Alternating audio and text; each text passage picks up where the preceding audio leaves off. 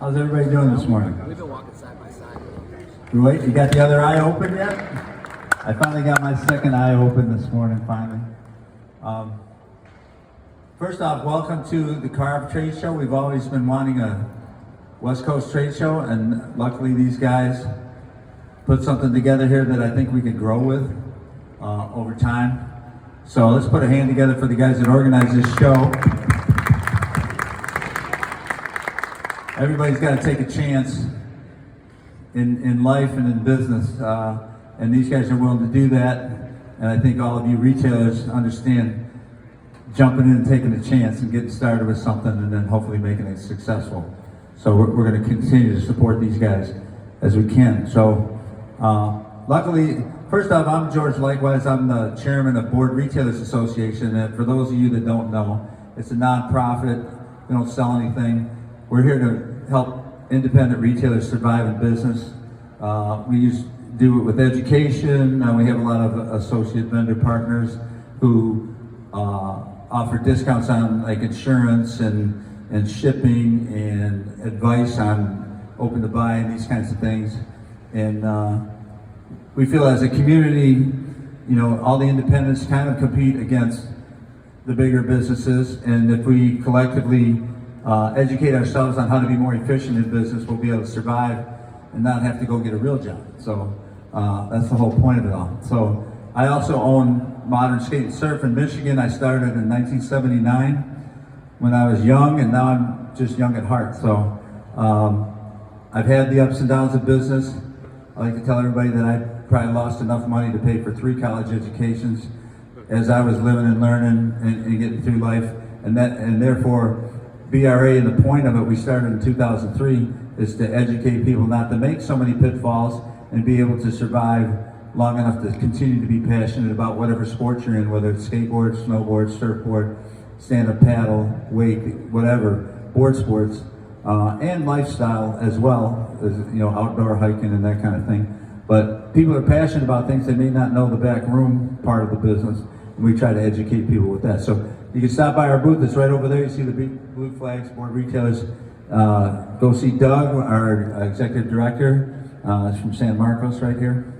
Anyway, I want to introduce a special guest this morning who began working at the Vans Shoe Company at the age of 10 and has worked his way through life to become what they call him online as the unofficial ambassador of fun. But I consider him the official ambassador of fun as far as I'm concerned, because he's helped organize and develop such huge events like the Vans Warped Tour, which they just brought back last week and had, what, 70, 80,000 people?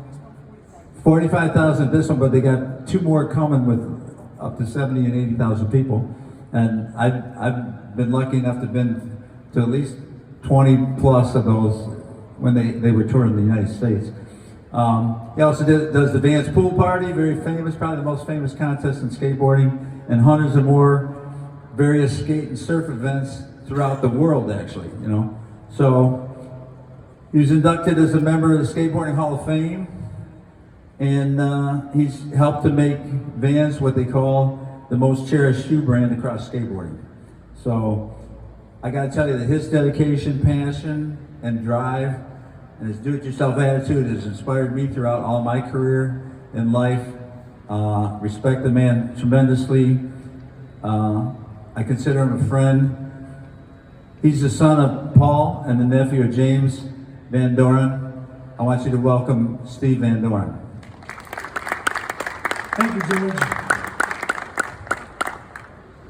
Anyway, honored to be here. First of all, George is a great friend because we did the Vans Warped Tour for 25 years from 1996 to 2019. We dropped the mic and after 25 years.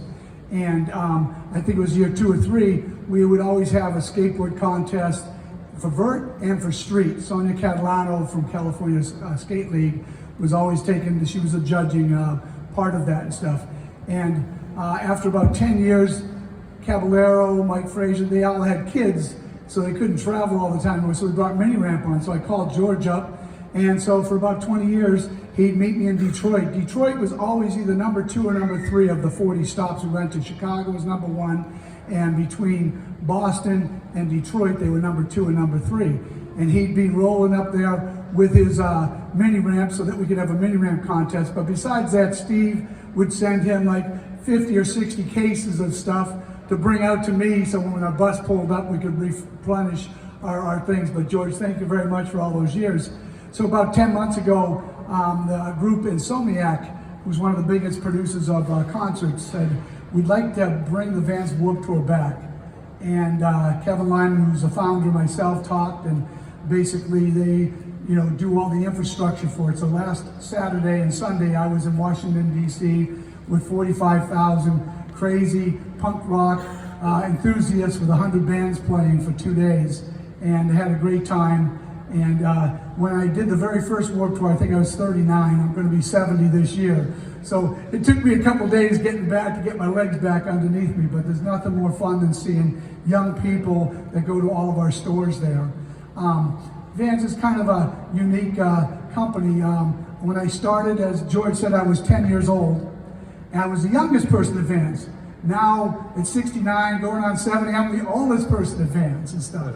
So my dad started it the first 24, 25 years. It was a family-owned brand. We made our own shoes in the United States, in Anaheim for 15 years, the next 10 years over in Orange. And we were very proud of that. My dad sold the company, and the reason he sold it is, again, going through, we're from Boston originally, so East Coast bred. I was 8 years old when we moved to California. My dad worked for a shoe company.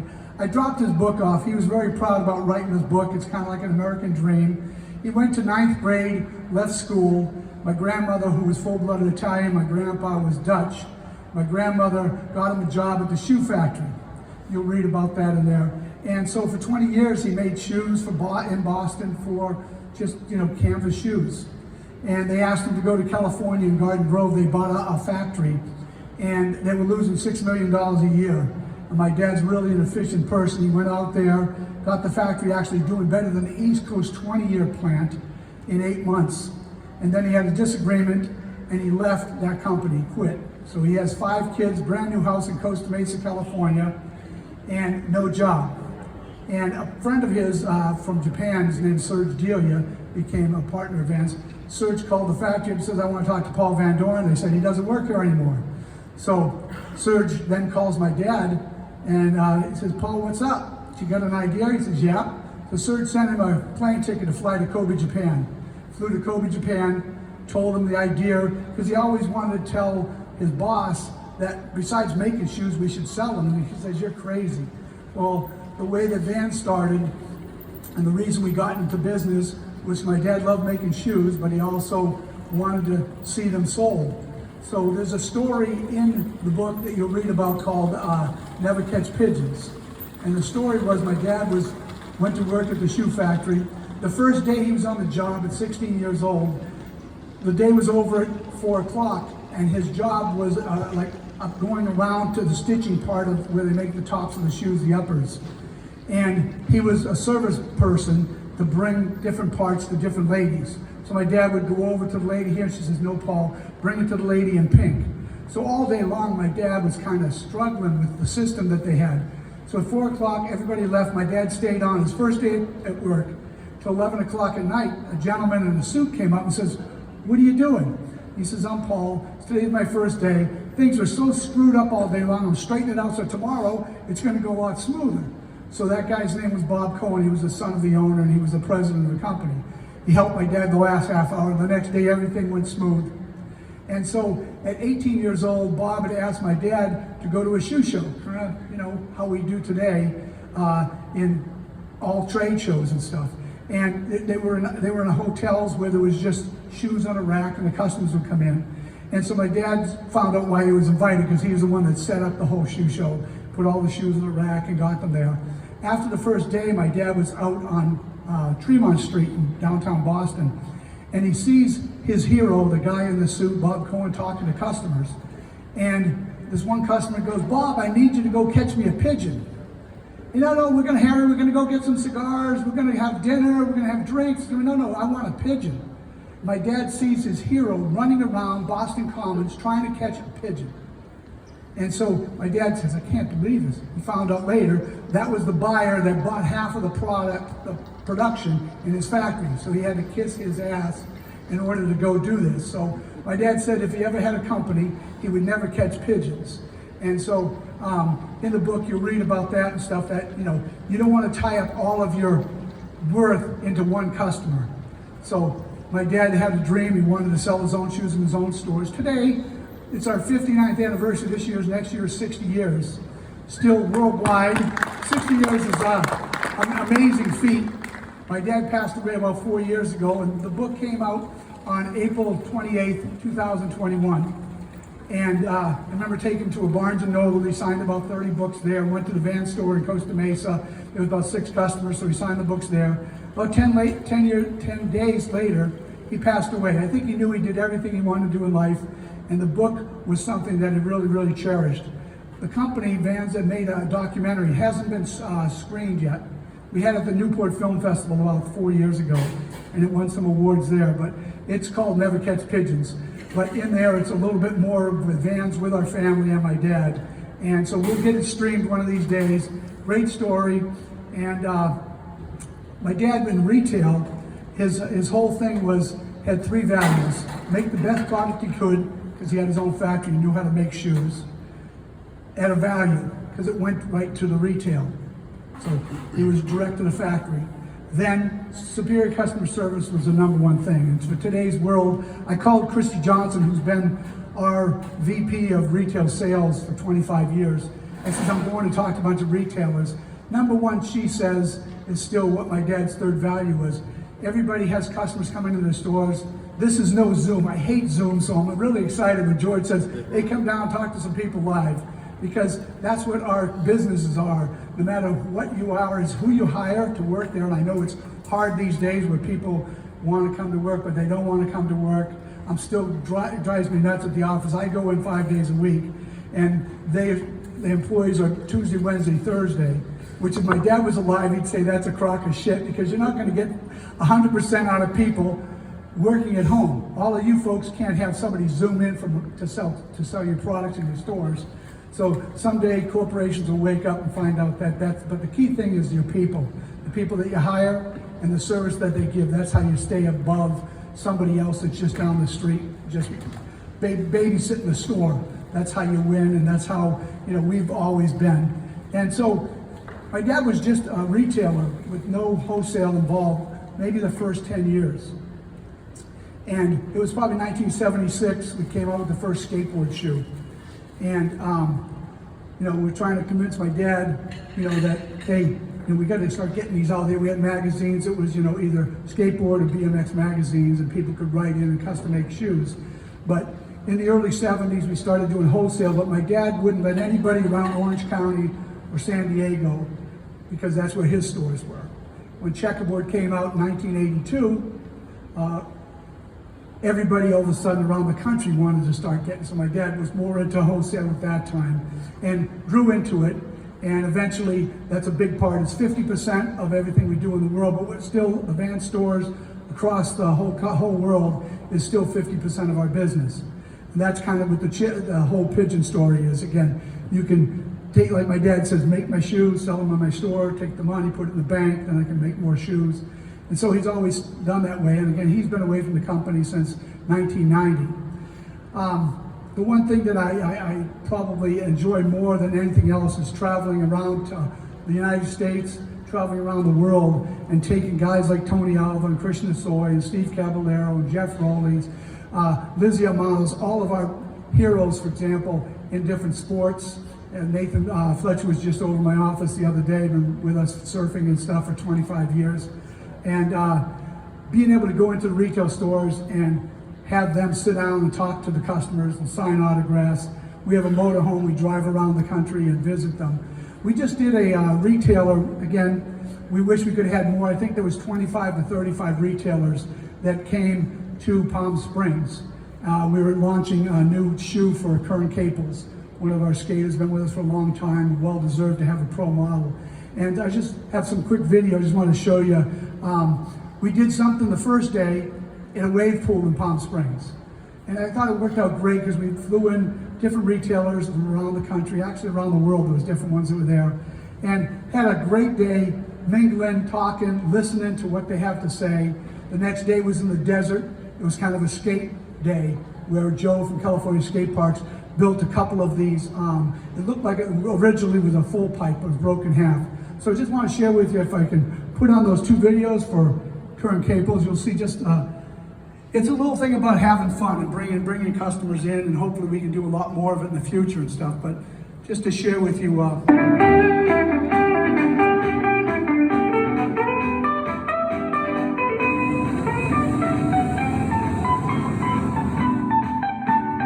Ray Barbie.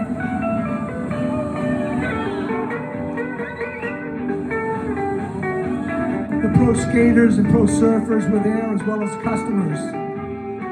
Those retailers were out there trying to surf or surfing. Get some drinks, some food, have a little bit of fun.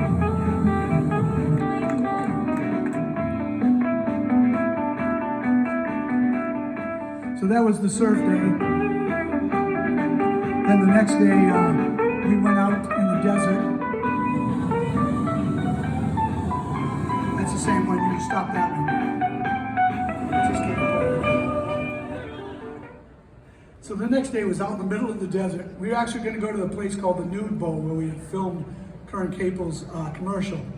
And all of a sudden they wanted $300,000. This is a big, ugly mess in the middle of nowhere.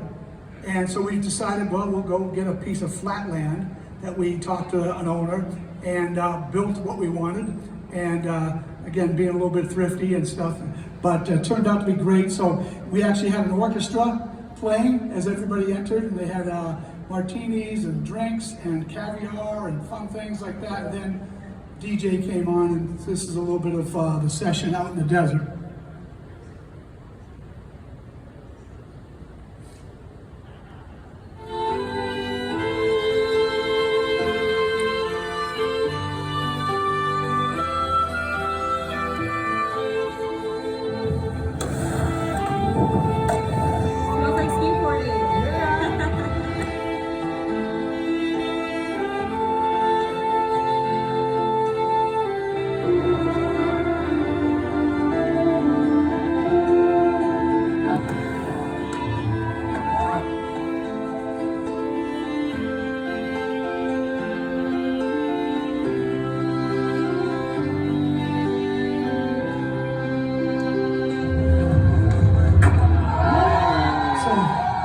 Just two things that just happened to me and involved retailers with the all-new signature pro model by Current Caples. That was Jeff Rowley talking there. And if you have the third one, did that one come out? Okay. So as I said last Saturday, we had 45,000 people in Washington, D.C. for the Vans Warped Tour return. The end of July, it's in Long Beach, there's 82,000 two-day tickets sold. And then in November out in Florida, in Orlando, there's 72,000 kids. So when we did the Vans World Tour before, it was always 12 to 20,000. So they're doing 3 this year.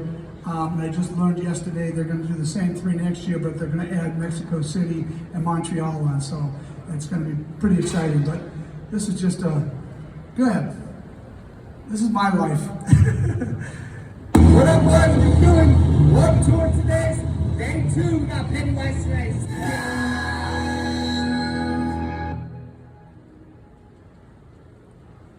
We're just spinning a little bit. It's okay. Again, one thing with your stores as well as when we do events, it's just meeting the customers. I call it planting seeds. And I'm a different type of executive. I don't like staying in the office. When COVID was on after 3 months, and I've never been in one place, my wife at home for 3 months, and I finally said, retailers are opening up. They kept our office closed for like 2 years. What up, boys? What you doing? World Tour today. Day 2, we got Pennywise race.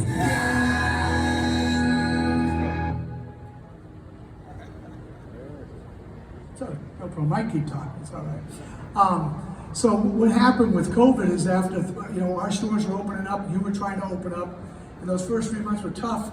We did a thing that we were trying to talk to different retailers and we invited them to join us online. We found out we could do some things online, and we called it Foot the Bill. So we got retailers, first 40, eventually 80, that we said, give us your store name, and maybe you can give us a little art, and our people would put something together and put up a shoe that we designed with those retailers' images on it, and we would let them we would sell 500 pairs, and we'd give them $50 a pair so they could make $25,000 because your stores were closed.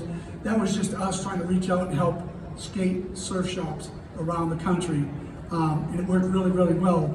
So after the first 3 months, I wasn't paying attention to what the corporation was saying. I got in the motorhome, and with the help of Tony and Christian and Steve and Jeff, the different ones went with me different times, we actually drove the next year to 357 of our stores. And whenever we'd find a store that we did the Foot the Bill, we'd pop in and say hi to them. Just drop in and say thank you. Thank you for working with your mask on and everything else and stuff. That's just the type of thing that we always do, giving back. Let's just see here.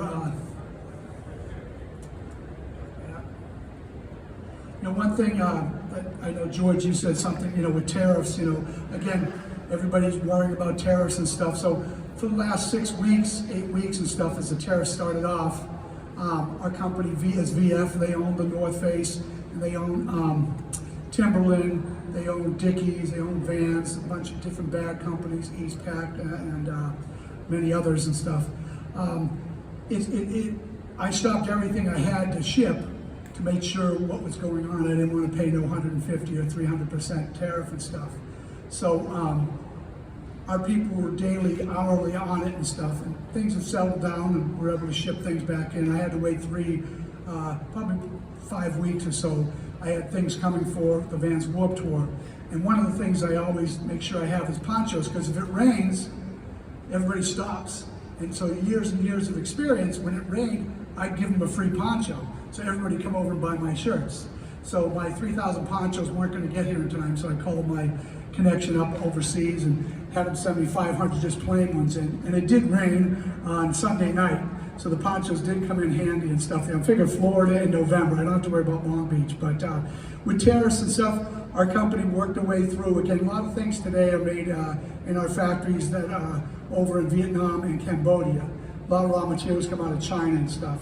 But most of the things are not in China, and those countries are settling their tariff thing and stuff like that there. So I learned a lot through this. I had ordered a lot of hats from Auto Hat Company, and we had already paid for it. And those hats actually came in just in time that I needed them for that. But that was, one thing with tariffs and stuff there. The one thing I wanted to say is today is Go Skateboarding Day, and any of your stores that are out there. So let's hear it for. It was something probably 22 years ago. Don Brown from Etnies, myself, a lot of really good people were donating their time. Jim Fitzpatrick and stuff, and we're still aboard today.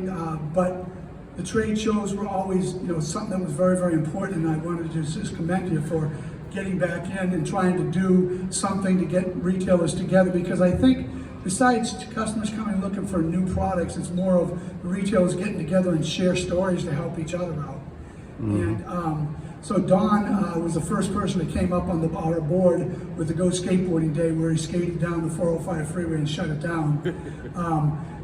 With what's been happening in Los Angeles, Don was way ahead of his time at shutting freeways down, but he's a great friend, and we were able to host the Skateboarding Hall of Fame at our office the last 4 or 5 years, been involved with that for 20-some years. But Go Skateboarding Day is a really important thing. I know that my buddy Pete's out in Brooklyn Banks doing things out there today, as well as our skate park in Huntington Beach. They're doing things, but there's a lot of different core accounts that we're involved with, and just commend everybody for keeping Go Skateboarding Day, on the map. It gets bigger and bigger each year. There's so many different things that are happening today out there.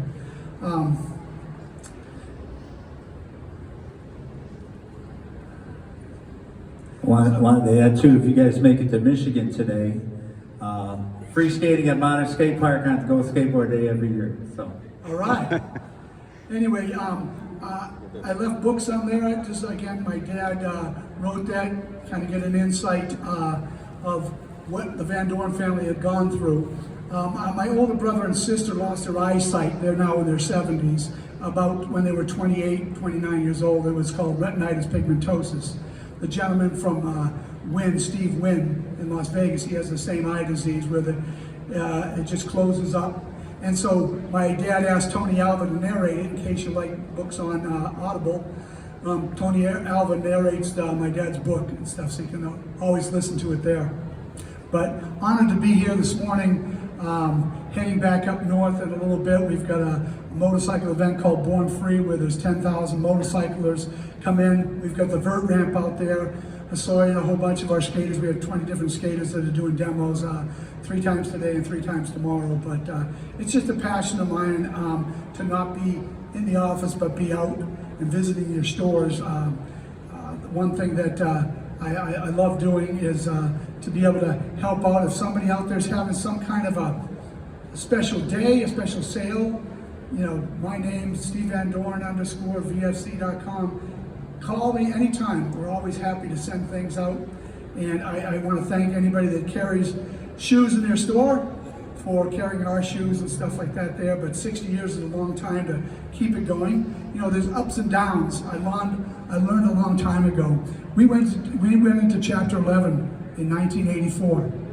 And the reason we did is that my dad, again, going through 20 years of the company he worked for before, and then from 66 to about 1980, he ran vans, and my uncle was taking over 1980 and stuff, and everything was going great. Checkerboard 1982 was growing, and my uncle wanted to build athletic shoes.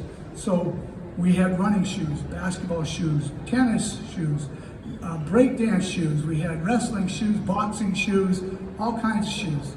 And they cost too much to make in America. So my dad always says, if you have a lemonade stand and you sell your lemonade for 5 cents and it costs you 6 cents, you're going to go out of business. And as much as my dad was trying to convince my uncle, who was running the company at the time, was spending too much money, the bank came in and called the note. They wanted their $11.5 million, and my dad had a personal guarantee to Wells Fargo for $2 million. And so we went into Chapter 11. During that time, the courts come in and protect you because the people from Security Pacific wanted to liquidate everything. I have my dad's desk still today and his cadenza, and they both have numbers on them. Those numbers are what the bank puts on what they're going to sell stuff at. So it just kind of keeps me grounded looking at those things on my dad's desk.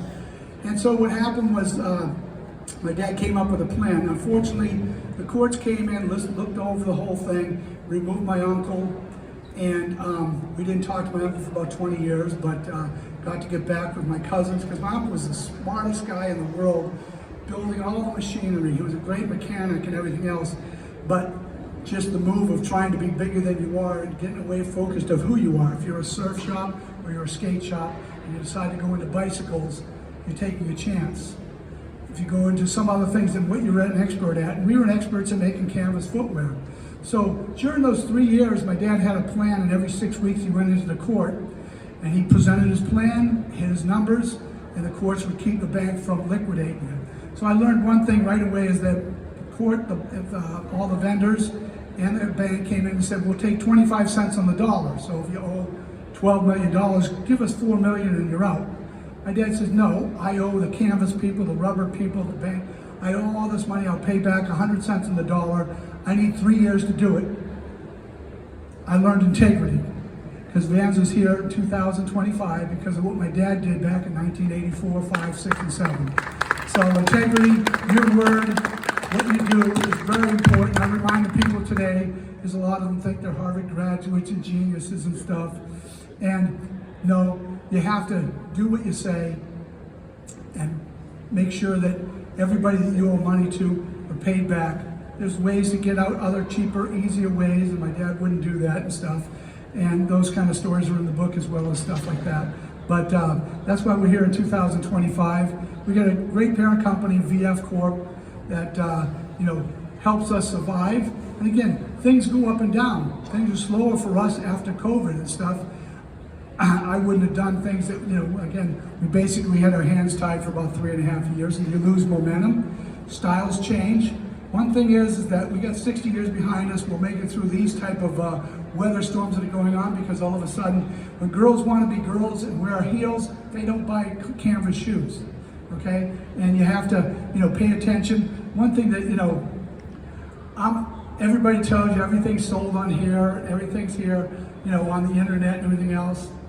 I'm old school, and I'm trying to convince people that we have people in their 60s, 50s, 40s, and 30s that don't live and die like a teenager on here, that you're going to advertise for and make sure that because they're your loyal customers and stuff.